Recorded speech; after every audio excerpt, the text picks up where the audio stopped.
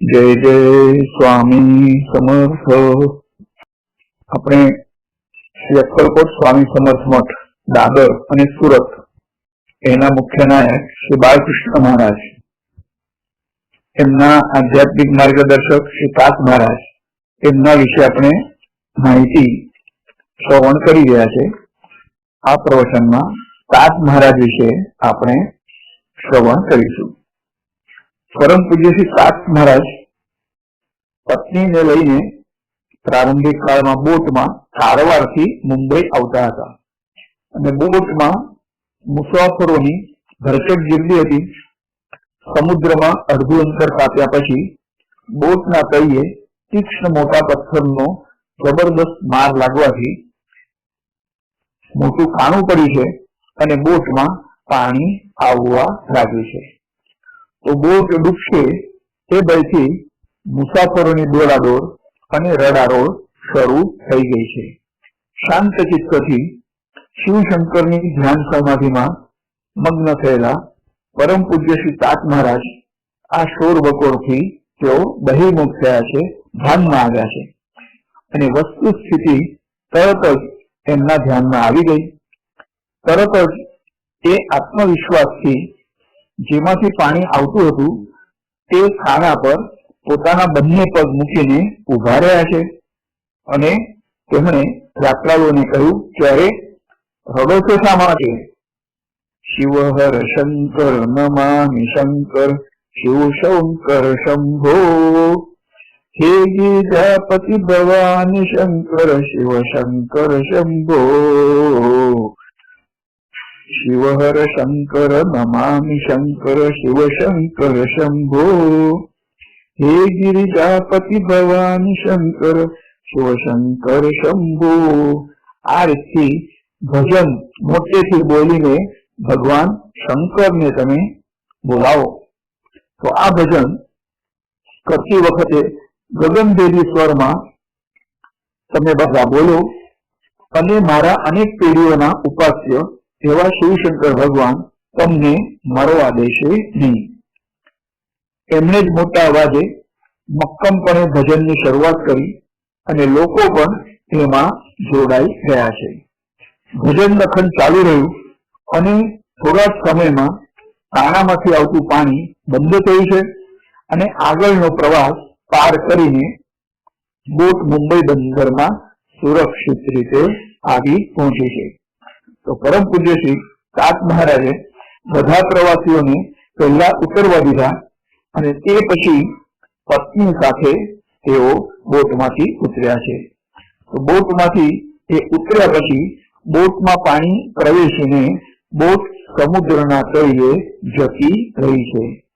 તો તરુણાવસ્થામાં એમના આધ્યાત્મિક શક્તિનો આવેલો આ સૌ પ્રથમ અનુભવ હતો અને તે પણ તેમની શિવ ભક્તિનો ની પ્રચિતિ આપે છે।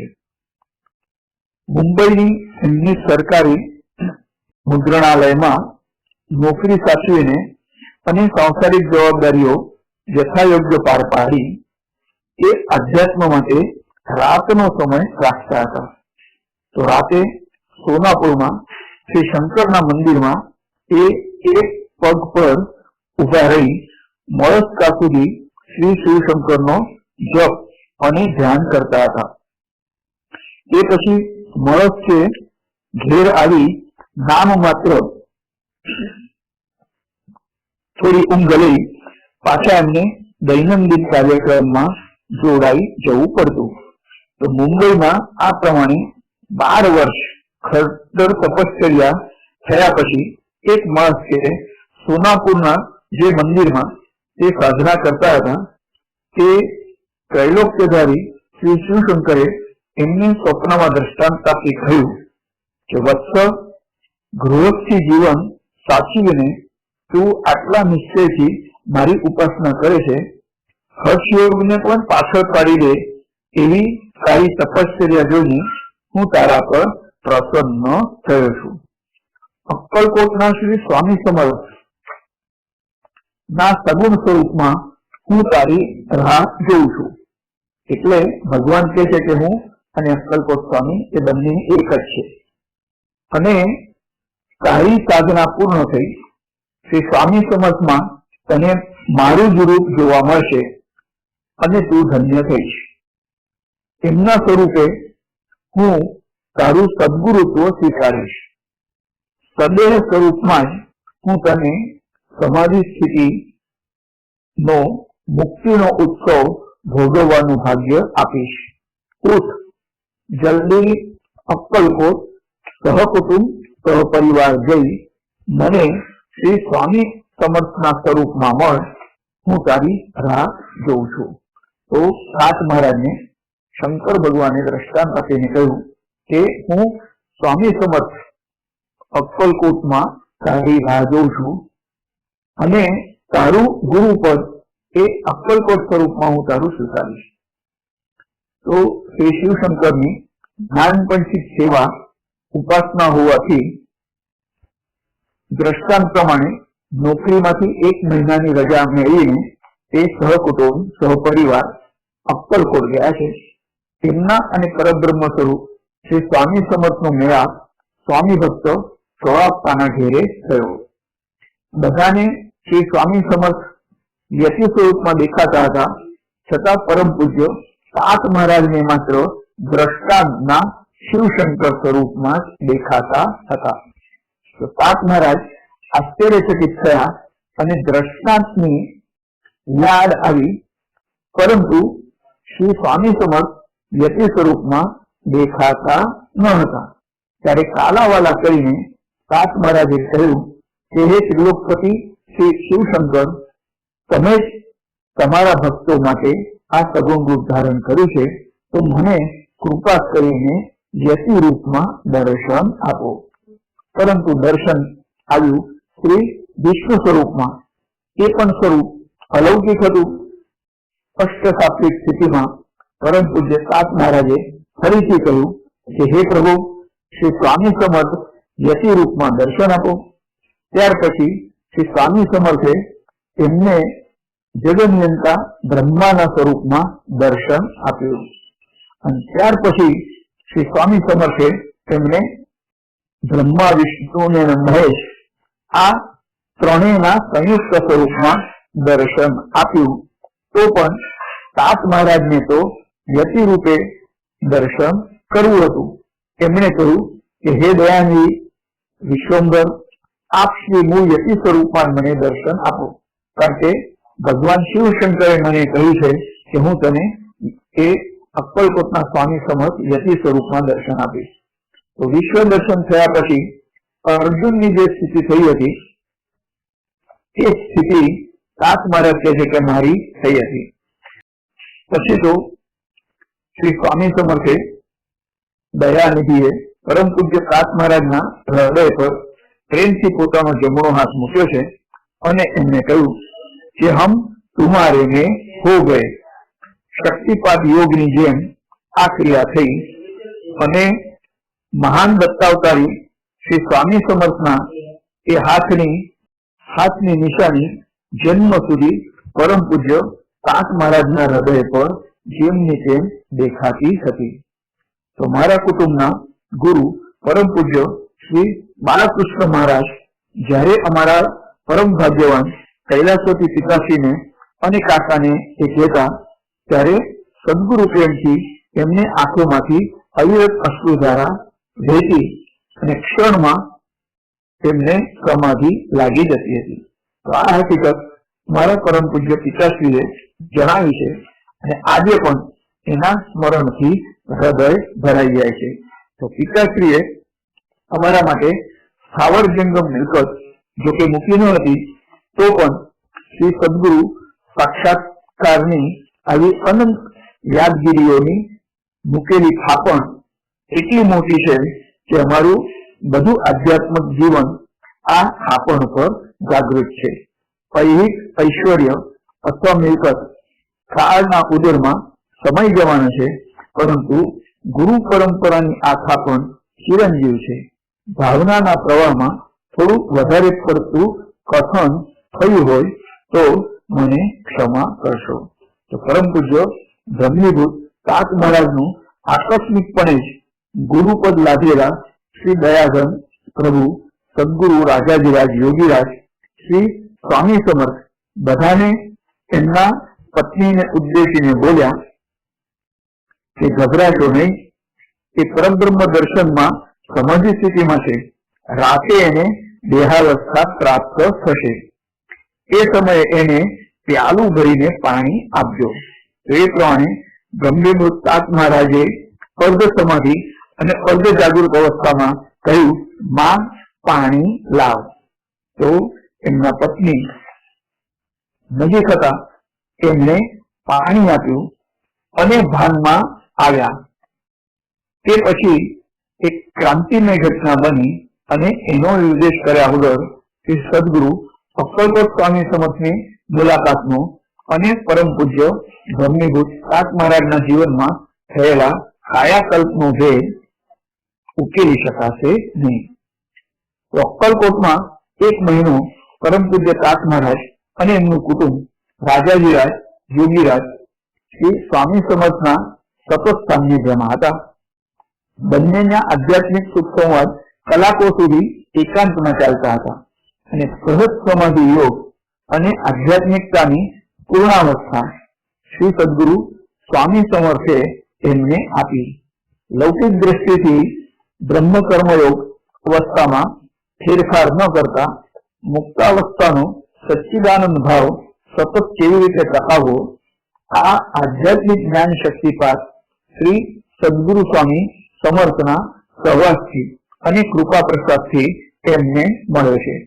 તો પરમહંસ ભગવાન શ્રી રામકૃષ્ણે એમના સત્શિષ્ય શ્રી સ્વામી વિવેકાનંદને જે પ્રમાણે પોતાનું સર્વસ્વ આપ્યું, એ પ્રમાણે પરમ પૂજ્ય તાત મહારાજને રાજાધિરાજ યોગીરાજ શ્રી સદગુરુ અક્કલકોટના સ્વામી સમર્થે પણ પોતાનું સમગ્ર સામ્રાજ્ય આપ્યું છે. પરમ પૂજ્ય બ્રહ્મીભૂત તાત મહારાજ અક્કલકોટમાં 1 મહિનો તેમના સાનિધ્યમાં રહીને મુંબઈમાં પાછા આવ્યા અને પછી એક દિવસ પતિ પત્ની વચ્ચે અક્કલકોટમાંના દિવસોના સ્મરણોની વાત નીકળી. શ્રી સ્વામી સમર્થની કૃપાથી અને આગ્રહથી બંને પતિ પત્ની એકદમ વિરક્ત હતા. પરમ પૂજ્ય તાત મહારાજે પણ જે સહજ ભાવે પૂછ્યું કે મારા હૃદય પરના શ્રી સ્વામી સમર્થના હસ્તસ્પર્શથી મેં સમાધિ સુખનો આનંદ અનુભવ્યો. તો એ પરબ્રહ્મનો સાક્ષાત્કાર જીવન મુક્તાવસ્થાનો જ વિદેહી સ્થિતિમાંનો પૂર્ણ આનંદ હતો. સમાધિ અવસ્થામાંથી દેહાવસ્થામાં આવતા આવતા મેં શું કહ્યું?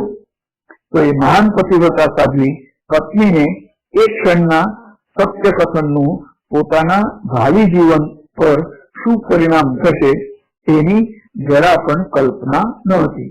એમણે કહ્યું, મને શ્રી સદગુરુ સ્વામીએ સમર્થે કહ્યું હતું કે તું બિલકુલ ડરીશ નહીં અને એ સમાધિ અવસ્થાના બ્રહ્માનંદમાંથી રાત્રે દેહાવસ્થામાં આવશે. એ સમયે તે પાણી માંગશે જે તું આપજે, તેથી પાછો એ પૂર્વ સ્થિતિમાં આવશે. પછી પૂજ્ય તાત મહારાજે કહ્યું કે મારા મોંમાંથી પ્રથમ કયા શબ્દો બહાર પડ્યા હતા? ત્યારે એમની પત્નીએ સહજતાથી કહ્યું કે આપશ્રીએ અર્ધ સમાધિ અને અર્ધ જાગૃત અવસ્થામાં મોં સુકાઈ ગયું હોવાથી કહ્યું કે માં પાણી લાવ, અને મેં પાણી આપ્યું.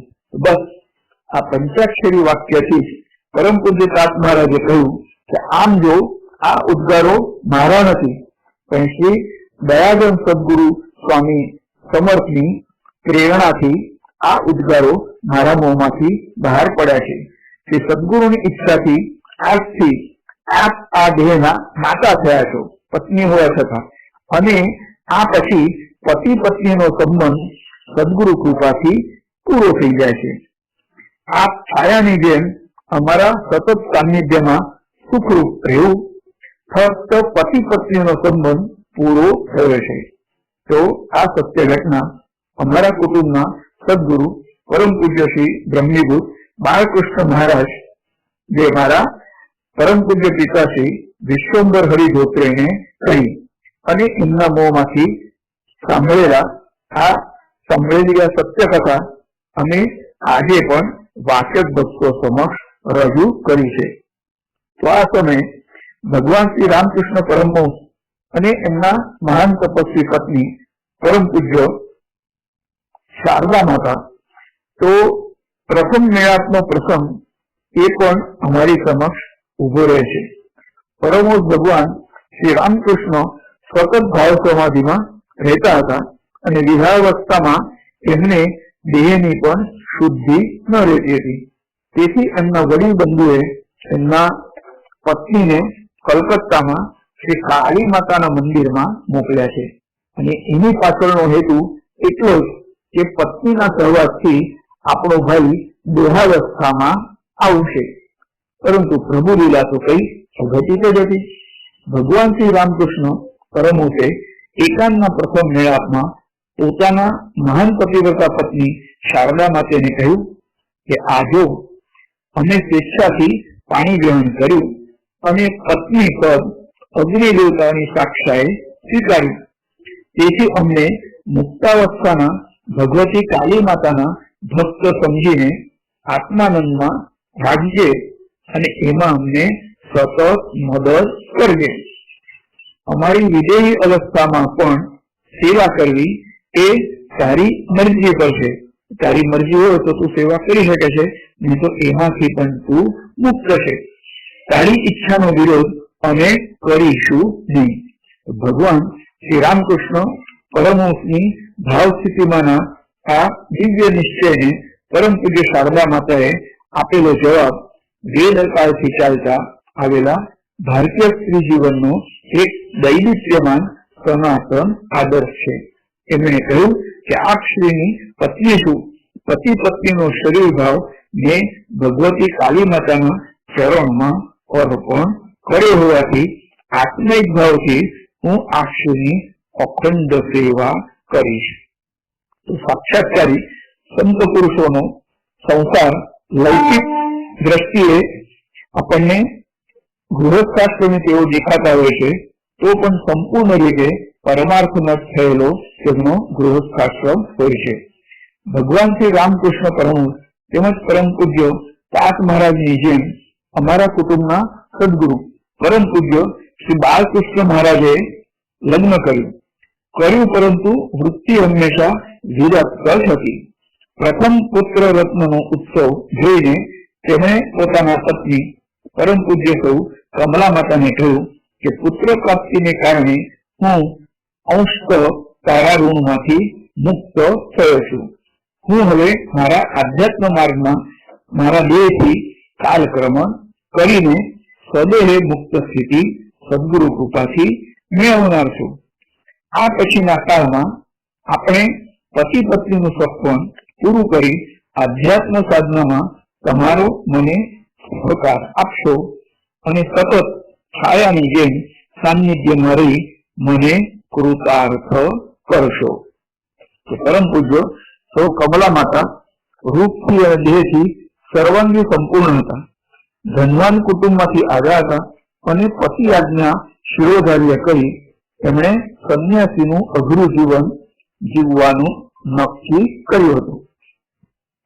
એમને પરમ પૂજ્ય બાળકૃષ્ણ મહારાજના સાનિધ્યમાં રહી એમને એમની આધ્યાત્મ સાધનામાં સેવાપૂર્ણ સહકાર આપ્યો અને અનંત મુસીબતો સહન કરી એ સેવાવ્રત ભક્તિભાવપૂર્વક પાળ્યું.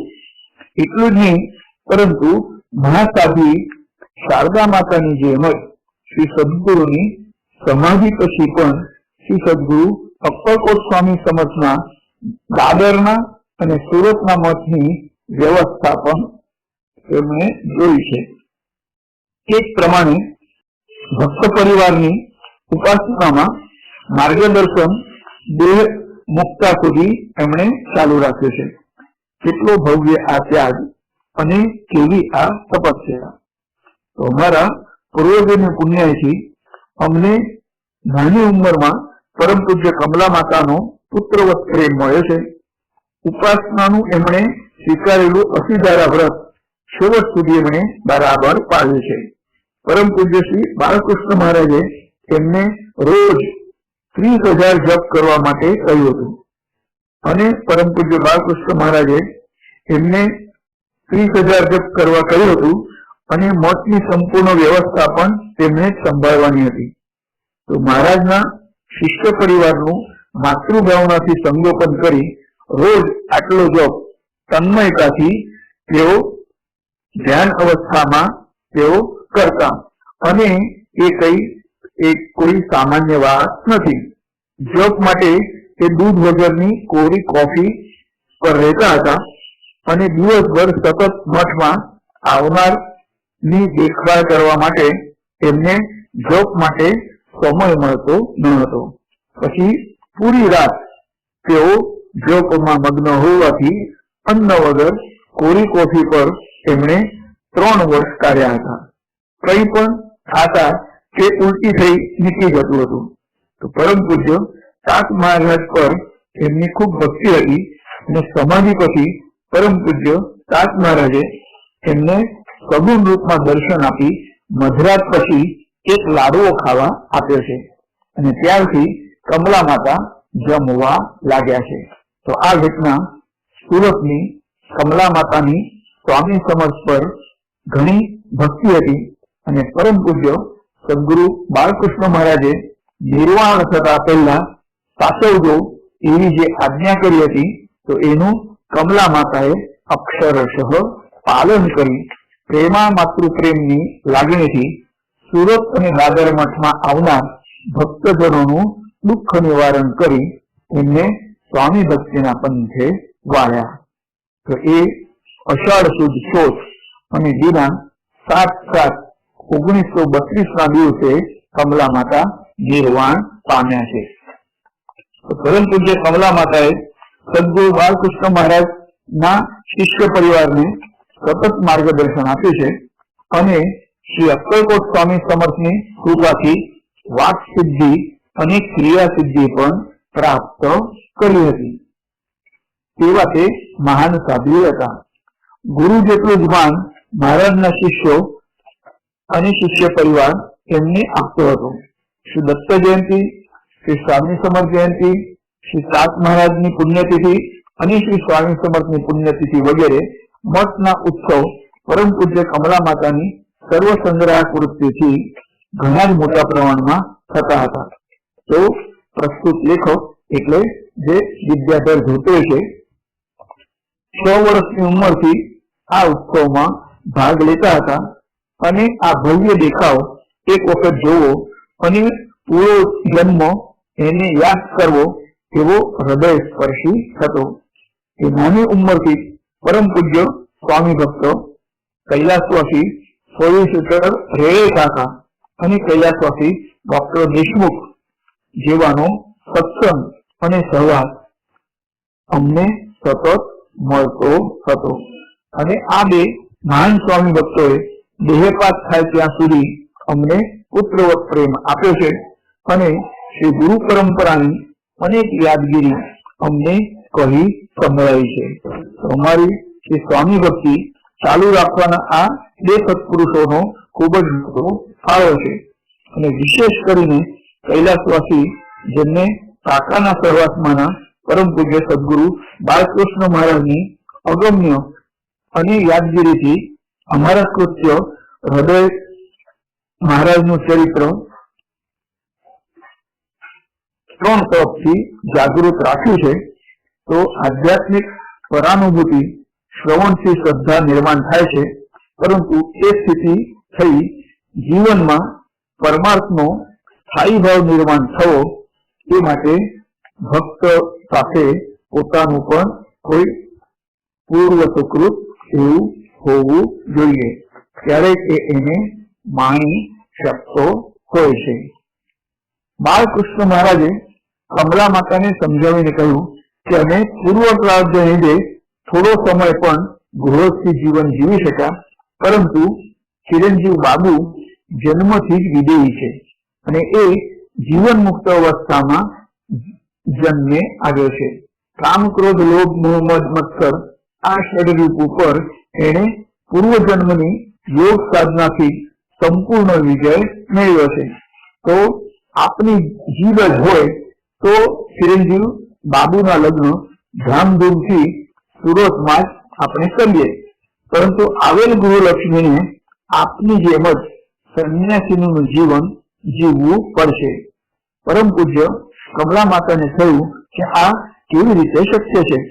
લગ્ન પછી ચિરંજીવ બાબુ સંસારમાં થોડો પણ રસ લેશે, પરંતુ સદગુરુ બાલકૃષ્ણ મહારાજના સર્વ શિષ્ય પરિવારે પોતાની સર્વ શક્તિ કામે લગાવી પરમ પૂજ્ય બાબુ મહારાજના લગ્ન સુરતમાં ખૂબ ધામધૂમથી પાર પડ્યા અને એમના લગ્ન સમારંભનો એક ભવ્ય ફોટો આજે પણ દાદર મઠમાં જોવા મળે છે.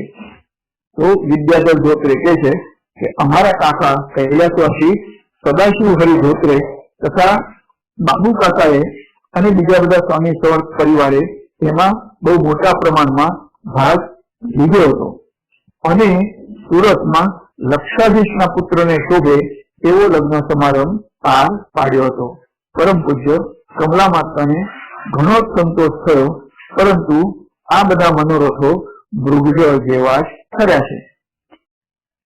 સદગુરુ બાલકૃષ્ણ મહારાજની ભવિષ્યવાણી સત્ય નીવડી અને પરમ પૂજ્ય બાબુ મહારાજ અને એમના મહાન સાધ્વી પત્ની સૌ પદ્મા માતાનો સર્વસામાન્ય માણસોની જેમ પતિ પત્ની સંબંધ કદી પણ રહ્યો નથી અને એ ભજનમાં એક તારો હાથમાં લઈને તલ્લીન થતા અને સદા સર્વદા સ્વામી ચિંતનમાં મગ્ન રહેતા.